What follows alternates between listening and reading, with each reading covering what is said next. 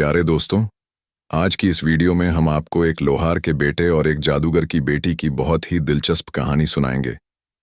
ये बहुत ही इंटरेस्टिंग कहानी है, तो आप इसे आखिर तक जरूर देखिएगा। बहुत पुराने जमाने की बात है। किसी गांव में एक लोहार और इसका बेटा रहा करता था, जिसका नाम उस्मान था। एक दिन उस्मान अपने बाप से कहने लगा, अब्बा, मेरे लिए एक छुरी बना दो जिसकी धार बहुत तेज हो। बाप ने कहा, बेटे ये बताओ तुमने छुरी का क्या करना है। बेटे ने गोल मोल सा जवाब दिया कि बस मुझे छुरी चाहिए। आखिर बेटे के बेहद इसरार पर बाप ने छुरी बना दी। जब लड़के के हाथ में हथियार आ गया तो वह शेर हो गया। बाप को धमकाने डराने लगा और कहने लगा, अब्बा, फौरन बादशाह के पास जाओ और मेरे लिए शहजादी का रिश्ता मांगो। अगर नहीं मांगा तो मैं इस छुरी से तुम्हें कत्ल कर दूंगा और आपको जान से मार डालूंगा। लोहार बेचारा यह सुनकर खौफ से कांपने लगा। बेटे को छुरी बनाकर दी थी, अब उसे अफसोस हो रहा था। अब सोचने लगा का क्या करूं, इधर कुआं उधर खाई। अगर बादशाह से रिश्ता मांगने गया तो बादशाह मुझे मार डालेगा, अगर ना गया तो बेटा मुझे मार देगा। आखिर बहुत सोच समझकर इसने फैसला किया कि यूं मरने से वहां मरना बेहतर है। चलो राजा के पास चला जाता हूं, चाहे कत्ल ही क्यों ना हो जाऊं। बात तो हो ही जाएगी कि लोहार बादशाह से रिश्ता मांगने आया था। अपने ही बेटे के हाथों मजबूर होकर गुमनामी की मौत से मरने से बेहतर है कि बादशाह के हाथों इज्जत से मैं मरकर मशहूर हो जाऊं। एक दिन लोहार दिल मजबूत करके बादशाह के पास गया और अपने बेटे उस्मान के लिए इसकी बेटी का रिश्ता मांगा। यह सुनकर बादशाह के तन बदन में आग लग गई कि तुम्हारी हिम्मत कैसे हुई, मुझसे मेरी शहजादी का रिश्ता मांग रहे हो। दिल तो चाहा कि अभी इसी वक्त जल्लाद को हुक्म देकर इसका सर कलम करवा दूं, लेकिन वजीर अक्लमंद था। उसने बादशाह के कान में सरगोशी करते हुए कहने लगा, जहां अपना इसे मरवा दिया तो खामखा जग हंसाई हो जाएगी, लोग बात का बतंगड़ बनाएंगे, हम किस किस की जुबान पकड़ेंगे।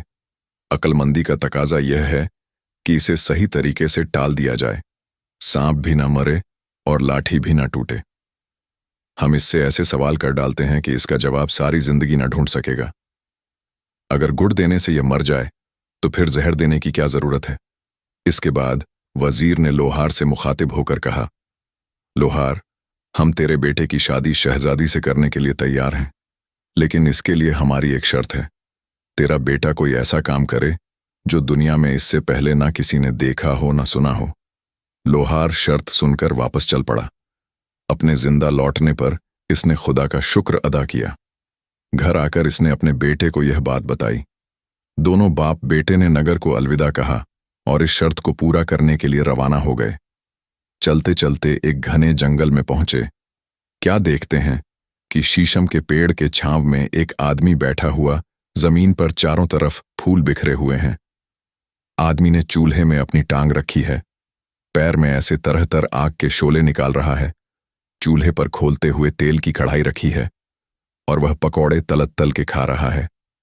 लोहार के बेटे ने जब यह अजीब मंजर देखा तो दिल ही दिल में कहने लगा, यह काम तो राजा ने कहीं ना देखा होगा और ना सुना होगा, चलो यही सीखते हैं।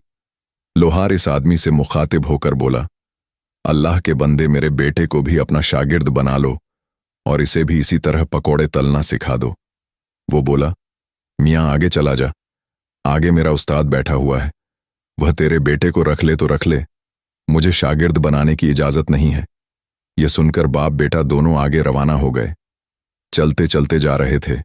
आगे क्या देखते हैं कि बेर की छाव में एक आदमी बैठा है। जमीन पर चारों तरफ बेर का फल बिखरा हुआ है। इसने चूल्हे में अपनी एक टांग डाल रखी एरी से तरह तरह आग के शोले निकाल रहा है। चूल्हे पर खोलते हुए तेल की कढ़ाई रखी है और वह जलेबियां निकाल निकाल कर तल के खा रहा है। लोहार और इसके बेटे ने जब यह मंजर देखा तो मन ही मन कहने लगे, अरे यह काम तो पिछले काम से भी मुश्किल है, यह तो बादशाह ने ना कहीं देखा होगा और ना ही सुना होगा, चलो यही सीखते हैं। लोहार इस आदमी से मुखातिब होकर बोला, अल्लाह के बंदे, मेरे बेटे को भी अपना शागिर्द बना लो, इसे भी इसी तरह जलेबियां तलना सिखा दो।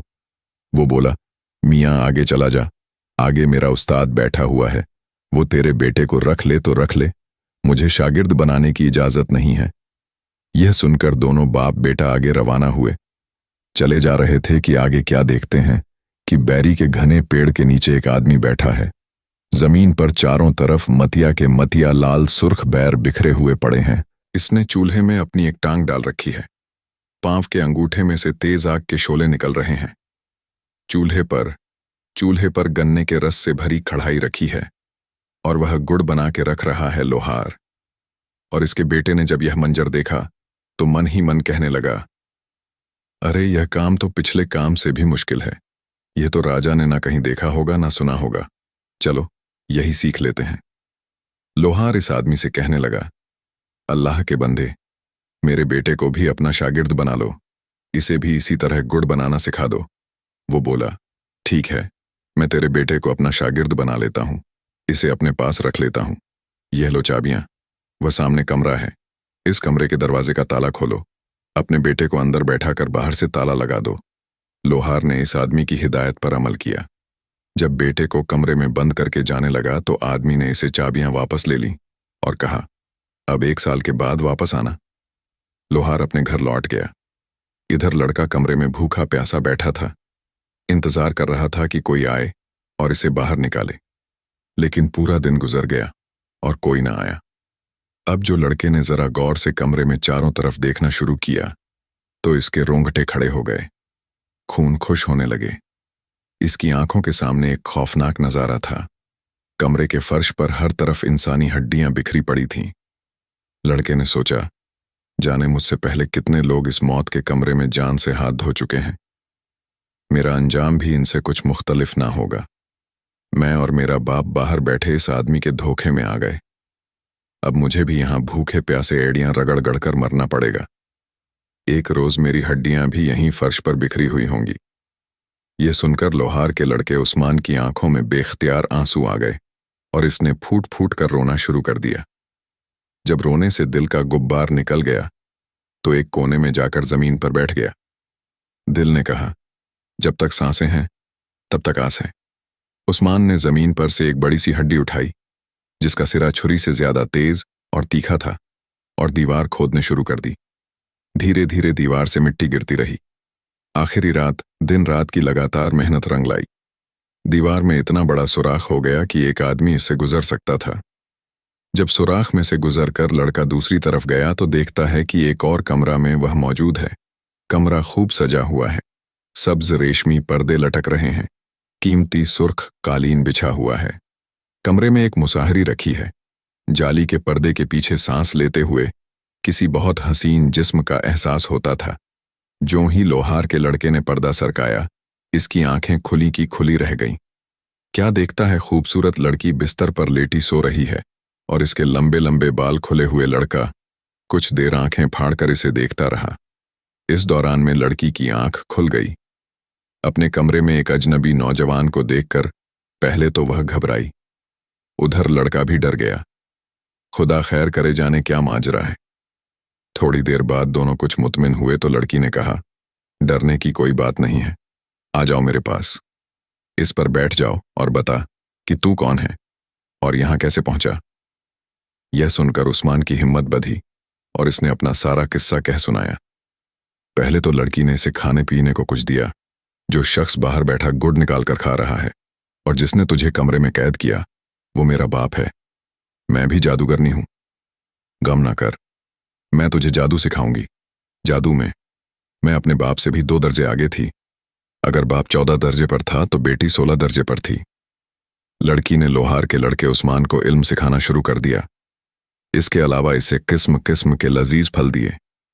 इसी तरह 1 बरस गुजर गया मगर लोहार बेटे का पता करने के लिए ना आया। इसने सोचा, लड़का अच्छी तरह खूब सीख ले, कामिल जादूगर बन जाए तो ही इसे लेने के लिए जाऊंगा। इस दौरान में लड़का इस हसीन लड़की माहिरा से जादू सीखता रहा और फिर एक दिन अपने फन में माहिर हो गया। 2 बरस के बाद लोहार आया तो देखता है कि वह आदमी इसी तरह बैरी के घने पेड़ के नीचे बैठा है। जमीन पर चारों तरफ इसी तरह लाल सुर्ख बैर बिखरे पड़े हैं। इस शख्स ने पहले की मानिंद चूल्हे में अपनी एक टांग डाल रखी है। पांव के अंगूठे से आग निकल रही है। चूल्हे पर वहीं खड़ाई रखी है और इसी तरह गुड़ बनाकर खा रहा है।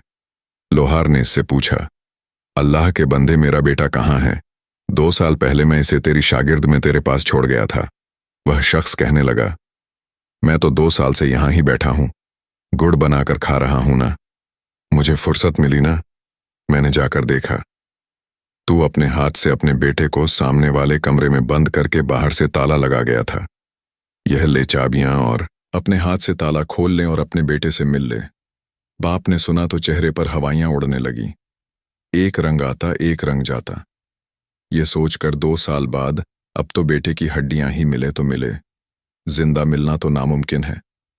गुड़ खाने वाले आदमी को गालियां देता हुआ लोहार भागता हुआ कमरे की तरफ गया।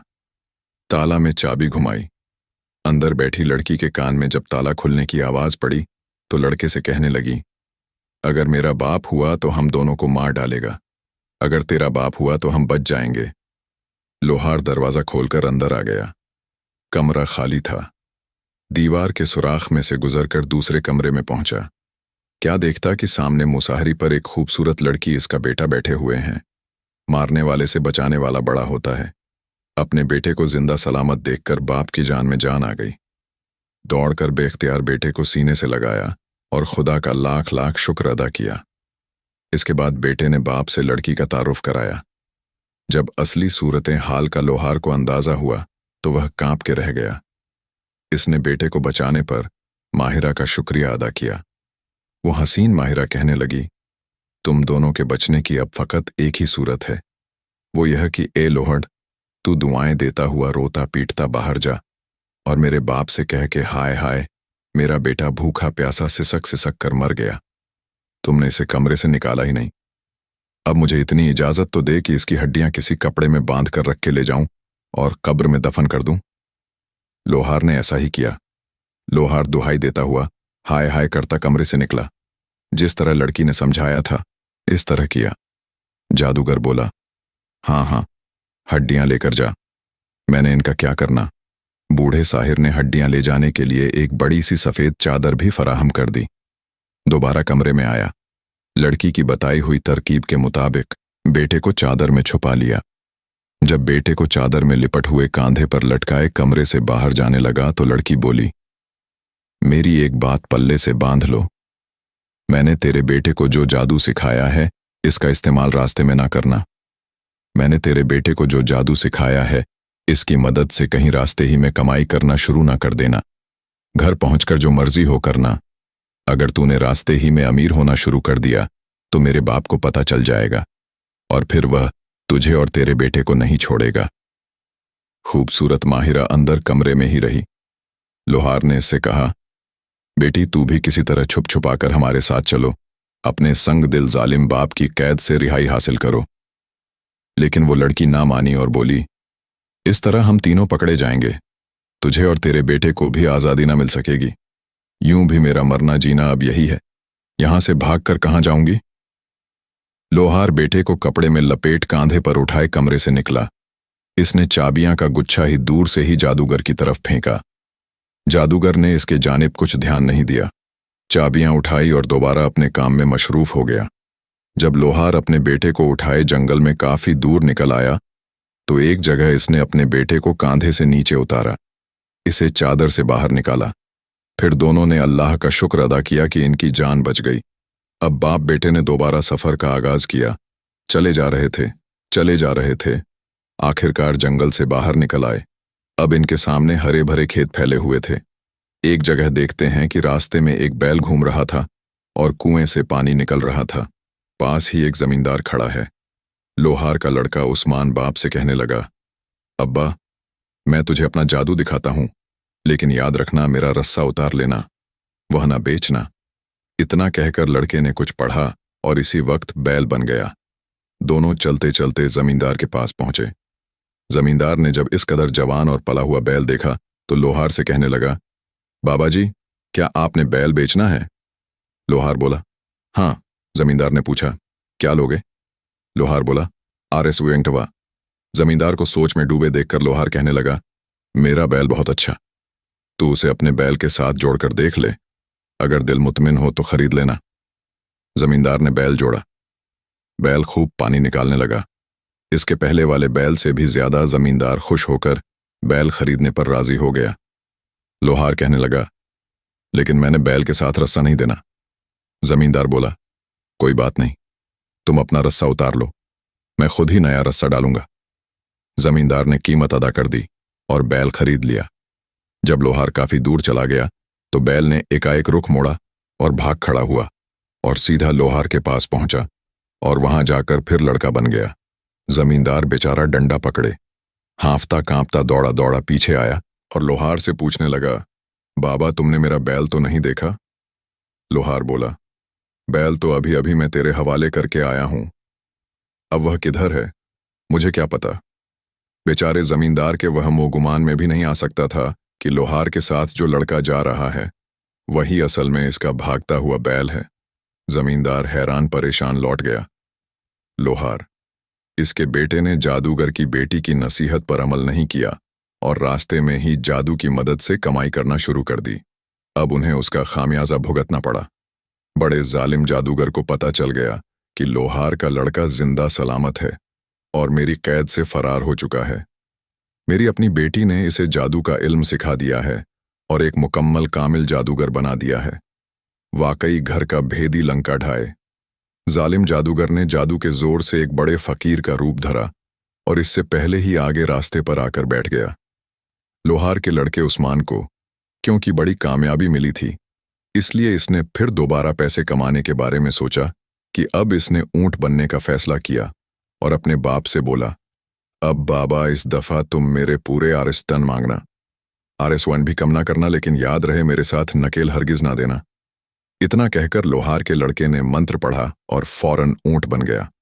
लोहार ऊंट की नकेल पकड़े चलता चलता जादूगर के पास आ पहुंचा, जो बूढ़े फकीर की शक्ल बनाए इनका इंतजार कर रहा था।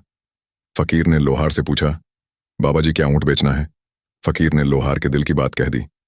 लोहार ने खुश होकर बोला, हाँ बेचना है। फकीर ने पूछा, क्या लोगे? लोहार ने कहा, आरएस-10। फकीर ने इसी वक्त जेब से आरएस-10 लिए और लोहार के हाथ में थमा दिए और ऊंट खरीद लिया। अब लोहार को याद आया और बोला, मैंने ऊंट के साथ नकेल नहीं देनी है। फकीर भी जादूगर था, नकेल का भेद और अहमियत से वाकिफ था और बोला, मैंने तुम्हें मुंह मांगी, कीमत अदा की है। मैंने ऊंट नकेल के साथ खरीदा है, इसलिए नकेल तो तुम्हें देनी ही पड़ेगी। गर्ज इनके बीच इतनी तू तू मैम हुई कि राह चलते मुसाफिर रुक गए और इर्द गिर्द के खेतों में काम करते किसान भागते भागते आए। देखते ही देखते भीड़ जमा हो गई। फकीर ने हुजूम से मुखातिब होकर कहा, लोगों को क्या तुमने आज तक कभी यह सुना है कि कोई जानवर बिक जाए और बेचने वाला खरीदने वाले के हवाले जानवर करने से पहले इसके गले से रस्सा उतार ले? देखो देखो, यह शख्स जानवर की पूरी कीमत वसूल करने के बाद एक जरा सी नकेल के लिए मुझसे झगड़ा कर रहा है। फकीर की बात में दलील थी। जब लोगों को पता चला कि यह लड़ाई तो महज नकेल के लिए हो रही है, तो सबने लोहार को झूठा करार दिया। इतने लोगों के आगे लोहार की पेशगोई ना चली। इसे न चाहते हुए भी ऊंट के साथ नकेल भी फकीर के हवाले करना पड़ी। उस्मान जो फिल हकीकत अब जादूगर के कब्जे में था, क्योंकि इसकी नकेल जादूगर के हाथ में थी, इसलिए अब यह मुमकिन नहीं हो रहा था कि वह पहले की तरह खरीदार के लालमी में पीछे से भागे और वह दोबारा इंसान बन जाए। जादूगर की बेटी की शागिर्द में रहने के बाद वो कामिल जादूगर बन चुका था। इसने मंत्र पढ़ा और कबूतर बनकर उड़ गया। जादूगर के हाथ में पकड़ी नकेल का पिछला सिरा फट से नीचे गिरा। इसने मुड़कर देखा तो ऊंट का कहीं नामो निशान भी ना था और नकेल जमीन पर सरक रही थी। जादूगर ने भी फौरन मंत्र पढ़ा और बाज बनकर कबूतर के ताकों में उड़ने लगा, लेकिन उस्मान भी इससे कुछ कम नहीं था। शेर पर सवा शेर कबूतर ने आसमान से जू नीचे की तरफ देखा तो गांव की औरतें मिट्टी खोद खोद के घरों में पोंछा लगाने के लिए निकाल रही थी। चिकनी मिट्टी गांव की औरतें निकाल रही थीं ताकि अपने कच्चे घरों की दीवारों और फर्श पर पोंछा लगा सके। इससे पहले कि बाज अपने पंजों से कबूतर को पकड़ता, उस्मान ने मंत्र पढ़कर फौरन रूप बदला और मेंढक बनकर छप्पर में गिर गया। यह देखकर बूढ़ा जादूगर बगुला बन गया। उड़ता उड़ता छप्पर में उतरा और चोंचे मार मार कर पानी में इसे तलाश करने लगा। एक लड़की छप्पर में पोंछा लगाने के लिए मिट्टी को खोदा खोद कर निकाल रही थी और वह हाथों की लंबी उंगलियों से मिट्टी निकाल रही थी। लड़के ने फिर फौरन मंत्र पढ़ा और मेंढक से छल्ला बनकर मिट्टी के साथ ही लड़की की उंगली में चला गया। बगुला यानी जादूगर अब इसकी छोटी उंगली से तो छल्ला निकालने से रहा। थोड़ी देर बाद औरतें मिट्टी तश में डालकर अपने सरों पर रखे घड़ों की ओर चल पड़ी। बगुला इनके साथ साथ इनके सरों पर दौड़ने लगा। जैसे ही वह लड़की अपने घर पहुंची, जादूगर बुगले से फकीर बन गया और इसकी चौखट पर सदा लगाने लगा। लड़की आटा छन्नी में डालकर दरवाजे पर आई तो वह फकीर बोला, बेटी, मैंने आटा नहीं लेना, मैंने तो वह छल्ला लेना है जो तेरे दाएं हाथ की छोटी उंगली में है। यह सुनकर लड़की को बहुत गुस्सा आया। वह फकीर को बुरा भला कहने लगी, तू कौन होता है मुझसे छल्ला मांगने वाला। जब लड़की की मां के कान में यह आवाज पड़ी तो वह भी दरवाजे पर आ गई। अब जो इसे असल बात का पता चला तो वह बेटी पर बहुत खफा हुई। मां शक की मिजाज औरत थी। बेटी को खूब गालियां दी और कहने लगी, तू तो मिट्टी लाने के लिए गई थी, छोटी उंगली में भला छल्ला कहां से पहनकर चली आई। बता किस दोस्त ने दिया है तुझे, इसे उतार और फौरन फेंक दे। लेने दे, तेरे बाप को करती हूं इससे बात। इससे पहले कि तू कोई चांद चढ़ाए मैं तेरे हाथ पीले करूंगी। लड़की बेचारी अजीब मुसीबत में फंस गई। इसने घबराकर अपनी छोटी उंगली से छल्ला उतारकर फेंक दिया। फकीर इंतजार में आंख रखे हुए था। इसने छल्ला पकड़ने के लिए हाथ बढ़ाया। लड़का फौरन छल्ले से फिर कबूतर बन गया और उड़ गया। जादूगर फकीर से दोबारा बाज बनकर इसके पीछे उड़ने लगा। राजा एक जगह कुर्सी लगाए बैठा था। इससे पहले कि बाज पकड़ता, लड़का उड़ते उड़ते कबूतर से सोने का तार बन गया और राजा के ताज के अंदर गिर गया कि यहां से तो बाज मुझे नहीं निकाल सकेगा। जादूगर बाज से दोबारा फकीर बन गया। वह राजा के सामने आया और सदा बुलंद की राजा बोला, मांग क्या मांगता है। फकीर ने कहा, महाराज, तेरे ताज के अंदर जो सोने का तार है वह मुझे दे दे। ये सुनकर राजा को बहुत हैरत हुई। वह सोचने लगा कि मेरे ताज में सोने का तार कहां से आ गया। इसने एक हाथ ऊपर उठाया कि ताज में डालकर जरा देखे तो सही। लड़का सोने के तार से तस्बीह बनकर राजा के हाथ में आ गया। राजा ने ताज में जैसे ही तस्बीह निकाली, तस्बीह की सारे मोती टूटकर नीचे फर्श पर गिर गए और बिखर गए। फकीर फौरन मुर्ग बनकर उन्हें चुनने लगा। लड़के ने फौरन मंत्र पढ़ा और देखते ही देखते बिल्ला बनकर मुर्गे को मार डाला। राजा हैरान परेशान यह सब कुछ देख रहा था। इसकी आंखें फटी की फटी रह गईं। ऐसा अचंभा इसने जिंदगी में पहले कभी नहीं देखा था। इधर लड़का जादूगर को मारने के बाद दोबारा अपने असली रूप में आ गया और आगे बढ़कर उस्मान का रूप लेकर राजा के रूबरू खड़ा हो गया। राजा अभी तक हैरत में डूबा हुआ था। बम मुश्किल बोला, यह सब क्या माजरा है। इसकी आवाज कहीं बहुत दूर से आती हुई महसूस हो रही थी। लड़के ने कहा, महाराज बताइए, यह काम आपने आज तक कभी देखा या सुना है। राजा ने हैरत से मुंह में उंगलियां दबाए हुए बोला, नहीं, कभी नहीं। इस पर लड़के ने कहा, जहां पनाह, अब अपना अहद पूरा कीजिए जो आपने मेरे बाप से किया था। मैं उसी लोहार का लड़का उस्मान हूं। मैंने भरी कचहरी में इतने लोगों के सामने आपकी शर्त पूरी कर दी है। अब आप अपना वादा पूरा कीजिए। मुझे शहजादी का रिश्ता दीजिए बादशाह के लिए। अब कोई रास्ता नहीं रहा था। इसे मजबूरी में हाँ करना पड़ी और बेटी का रिश्ता देना पड़ा। चंद दिन बाद लोहार अपने लड़के के सर पर सेहरा लगाए घोड़ी पर बैठा लेकर बादशाह के महल में आ गया। धूमधाम से शादी हुई। लोहार का लड़का बादशाह का दामाद बन गया। क्योंकि बादशाह का कोई बेटा नहीं था, इसलिए इसने इसे ही वलीअहद बना लिया। लोहार का बेटा और बादशाह की बेटी महल में आराम से रहने लगे। लोहार भी उनके साथ महल में रहने लगा। चंद सालों बाद जब बादशाह इंतकाल कर गया तो लोहार का लड़का तख्त पर बैठा और निहायत आन बान से हुकूमत करने लगा। वह बहुत ही अच्छी तरह से हुकूमत करता और पूरी रियाया भी उससे खुश थी। इस तरह अपनी अक्लमंदी से एक लोहार का बेटा बादशाह बन गया और उसे शहजादी भी मिल गई। तो प्यारे दोस्तों, यह थी हमारी आज की कहानी। हम उम्मीद करते हैं आपको हमारी कहानी पसंद आई होगी। अगर कहानी पसंद आई हो तो इसे लाइक करें और करीबी लोगों के साथ शेयर जरूर करें। चैनल को सब्सक्राइब करना हरगिज नहीं भूलना। मिलते हैं किसी नई वीडियो में। शुक्रिया।